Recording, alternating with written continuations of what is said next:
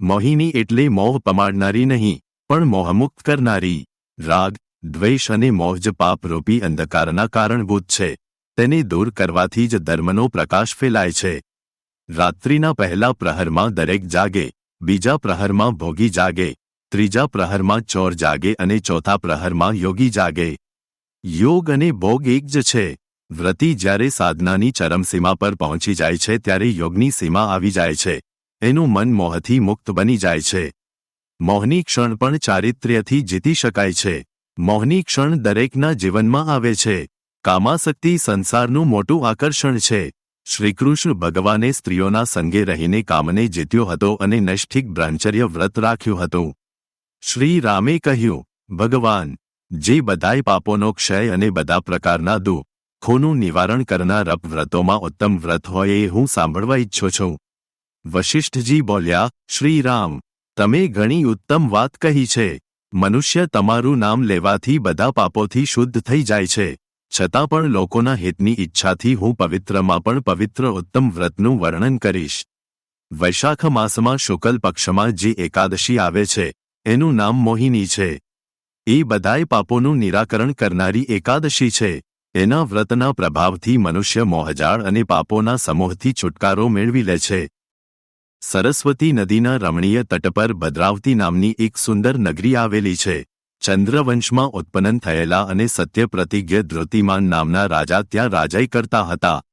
એ જ નગરમાં એક વૈશ્ય રહેતો હતો કે જે ધનધાન્યથી પરિપૂર્ણ અને સમૃદ્ધ હતો. એનું તના પણ ધનપાલ હતો. એ હંમેશા પુણ્ય કામમાં જ મગ્ન રહેતો હતો. પ્રજા માટે પરબો, તળાવો, કૂવા, ધર્મશાળા, બગીચાઓ અને ઘરો બનાવડાવતો. શ્રી વિષ્ણુની ભક્તિમાં એનો હાર્દિક અનુરાગ હતો. એ હંમેશા શાંત રહેતો. એના 5 પુત્ર હતા: સુમતિ, કીર્તિબુદ્ધિ, મેઘાવી, સકૃત અને દૃષ્ટબુદ્ધિ 5મો પુત્ર હતો. એ હંમેશા મોટા પાપોમાં સંલગ્ન રહેતો. જુગારમાં એની ઘણી અસકીત હતી. વેશ્યાઓને મળવા માટે એ લાલાયિત રહેતો. એનું મન ન તો દેવતાઓના પૂજનમાં લાગતું કે ના પિતૃઓ તથા બ્રાહ્મણોને સત્કારવામાં. એ દુષ્ટાત્મા અત્યાચારના માર્ગ પર ચાલીને પિતાનું ધન બરબાદ કરતો. એક દિવસે વેશ્યાના ગળામાં હાથ રાખીને ચોવાટે ફરતો જોવા મળ્યો. ત્યારે પિતાએ એને ઘરમાંથી કાઢી મૂક્યો. અને બધું બાંધવોએ પણ એનો પરિત્યાગ કરી દીધો. હવે એ દિવસ રાત દુઃખ અને શોકમાં ડૂબી ગયો. અનેક પ્રકારના કષ્ટો ભોગવતો જ્યાં ત્યાં ભટકવા લાગ્યો. એક દિવસ કોઈ પુણ્યના પ્રતાપે એ મહર્ષિ કૌંડિન્યના આશ્રમ પર જઈ પહોંચ્યો. વૈશાખ મહિનો હતો. તપોધન કૌંડિન્ય ગંગાજીમાં સ્નાન કરીને આવ્યા હતા.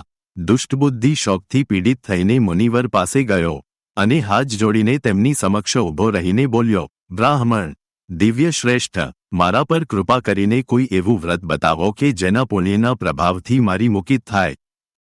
કૌંડિન્ય બોલ્યા, વૈશાખના શુક્લ પક્ષમાં મોહિની નામની પ્રસિદ્ધ એકાદશીનું વ્રત કર. આ એકાદશીના દિવસે ઉપવાસ કરવાથી પ્રાણીઓના અનેક જન્મોના કરેલ મેરુ પર્વત જેવડા મહાપાપો પણ નષ્ટ થઈ જાય છે. વશિષ્ઠજી કહે છે, શ્રીરામ, મુનિના આ વચનો સાંભળીને દુષ્ટબુદ્ધિનું ચિત્ત પ્રસન્ન થઈ ગયું. એણે કૌંડિન્યના વચન પ્રમાણે વિધિપૂર્વક મોહિની એકાદશીનું વ્રત કર્યું. નૃપશ્રેષ્ઠ, આ વ્રતના પાલનથી એ નિષ્પાપ થઈ ગયો અને દિવ્ય દેહ ધારણ કરીને ગરુડ પર આરૂઢ થઈને બધા પ્રકારના ઉપદ્રવોથી રહિત શ્રી વિષ્ણુધામમાં ગયો. આ પ્રમાણે મોહિની એકાદશીનું વ્રત ઘણું જ ઉપયોગી છે. એ વાંચવાથી અને સાંભળવાથી 1000 ગૌદાનનું ફળ મળે છે.